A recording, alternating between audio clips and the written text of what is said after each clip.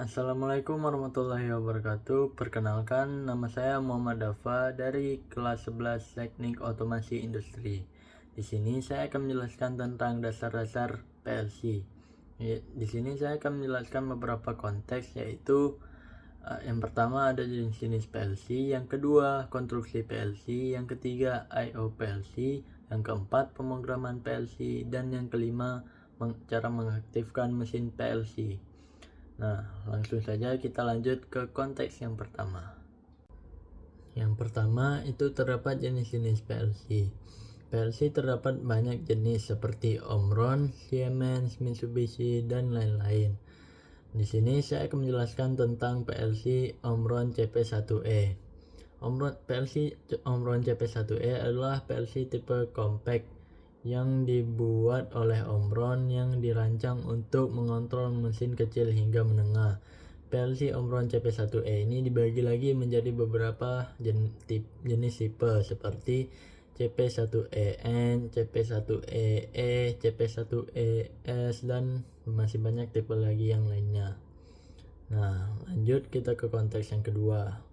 Lalu lanjut yang kedua yaitu konstruksi PLC. PLC terdapat beberapa bagian utama atau struktur utama, yaitu salah satunya adalah MCB atau Miniature Circuit Breaker. MCB ini berfungsi untuk pemutus arus otomatis untuk melindungi rangkaian listrik dari arus lebih seperti overcurrent atau hubungan singkat seperti short circuit atau yang biasa disebut consulating. Nah, kegunaannya sendiri yaitu untuk melindungi PLC dan perangkat lain dari kerusakan akibat consulating atau beban berlebih. Cara kerjanya, jika arus melebihi batas, MCB akan trip atau memutus arus. Dan yang kedua ada CPU atau Central Processing Unit. Fungsinya adalah otak dari PLC yang mengelola data dari input dan menentukan output sesuai program. Kegunaannya adalah menjalankan program logika yang dibuat, mengatur komunikasi dengan modul lain, dan mengendalikan waktu eksekusi atau scan time. Isi utama CPU adalah prosesor, yaitu mengelola instruksi, lalu ada memori yang menyimpan program dan data, dan ada communication port yang menghubungkan PC atau HMI. Lalu ada power supply. Power supply yaitu berfungsi untuk menyediakan daya listrik yang stabil untuk seluruh bagian PLC.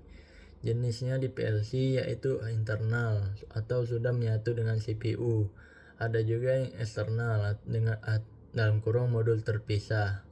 Tegangan umumnya sendiri yaitu input 220 volt AC atau 24 VDC.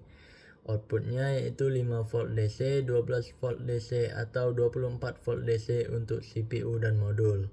Lalu ada terminal I/O atau dalam kurung input atau output. Terminal ini berfungsi untuk titik sambungan kabel dari sensor, saklar, dan aktuator ke PLC. Jenisnya yaitu input terminal menerima sinyal dari sensor atau tombol, sedangkan output terminal mengirim sinyal ke motor, lampu, relay, dan lain-lain. Kegunaannya yaitu menjadi pintu masuk dan keluar sinyal antara dunia nyata dan PLC. Lalu yang kelima ada expansion port. Expansion port berfungsi untuk menambah modul eksternal agar PLC punya lebih banyak I/O atau fungsi tambahan. Expansion port ini juga berguna untuk menambah modul analog, menambah modul komunikasi seperti Ethernet, Modbus, dan lain-lain, dan juga menambah I/O digital jika I/O bawaan kurang. Lalu yang keenam ada LED atau lampu indikator. Lampu indikator ini berfungsi sebagai visual status kerja PLC dan I/O. Contoh LED pada PLC yaitu pada power LED menunjukkan PLC-nya menyala, lalu run LED menunjukkan program sedang berjalan, dan ada error LED menandakan ada masalah atau error, dan yang terakhir ada I/O LED menunjukkan status on atau off setiap input dan output. Lalu kita lanjut ke konteks yang ketiga. Yang ketiga yaitu adalah input atau output PLC. Input atau output PLC yaitu pengendali otomatis yang membaca sinyal input dari dunia nyata, memprosesnya dengan program, lalu mengirimkan sinyal output untuk menggerakkan perangkat. Di sini saya akan menjelaskan tentang inputnya terlebih dahulu. Seperti yang bisa dilihat pada gambar, di sini terdapat beberapa contoh komponen input seperti push button, limit switch, dan lain-lain. Push button berfungsi untuk tombol tekan untuk memberi sinyal manual ke PLC. Push button juga memiliki beberapa jenis, yaitu jenis normally open, yaitu arus mengalir saat ditekan, dan ada juga NC atau normally close, arus terputus saat ditekan. Penggunaannya di PLC biasanya sebagai tombol start atau stop proses. Lalu fungsi limit switch. Fungsinya adalah saklar mekanis yang aktif saat terkena tekanan atau sentuhan benda kerja. Kegunaannya mendeteksi posisi akhir suatu benda, misalnya ujung konveyor, atau menghentikan gerakan mesin saat mencapai batas tertentu. Jenisnya yaitu NO atau NC, tergantung kebutuhan. Lalu ada output PLC. Output PLC adalah sinyal yang keluar dari PLC ke perangkat keluar untuk mengendalikan sesuatu. Biasanya berupa digital, nyala atau mati, atau analog, kecepatan, tegangan, dan sebagainya. Contoh, motor, lampu indikator, solenoid. Output keluar dari output terminal di PLC. Di sini terdapat beberapa komponen output seperti contoh ada lampu indikator atau LED, ada motor, lalu ada konveyor dan lain-lain. Di sini lampu indikator atau LED berfungsi memberikan tanda visual kepada operator.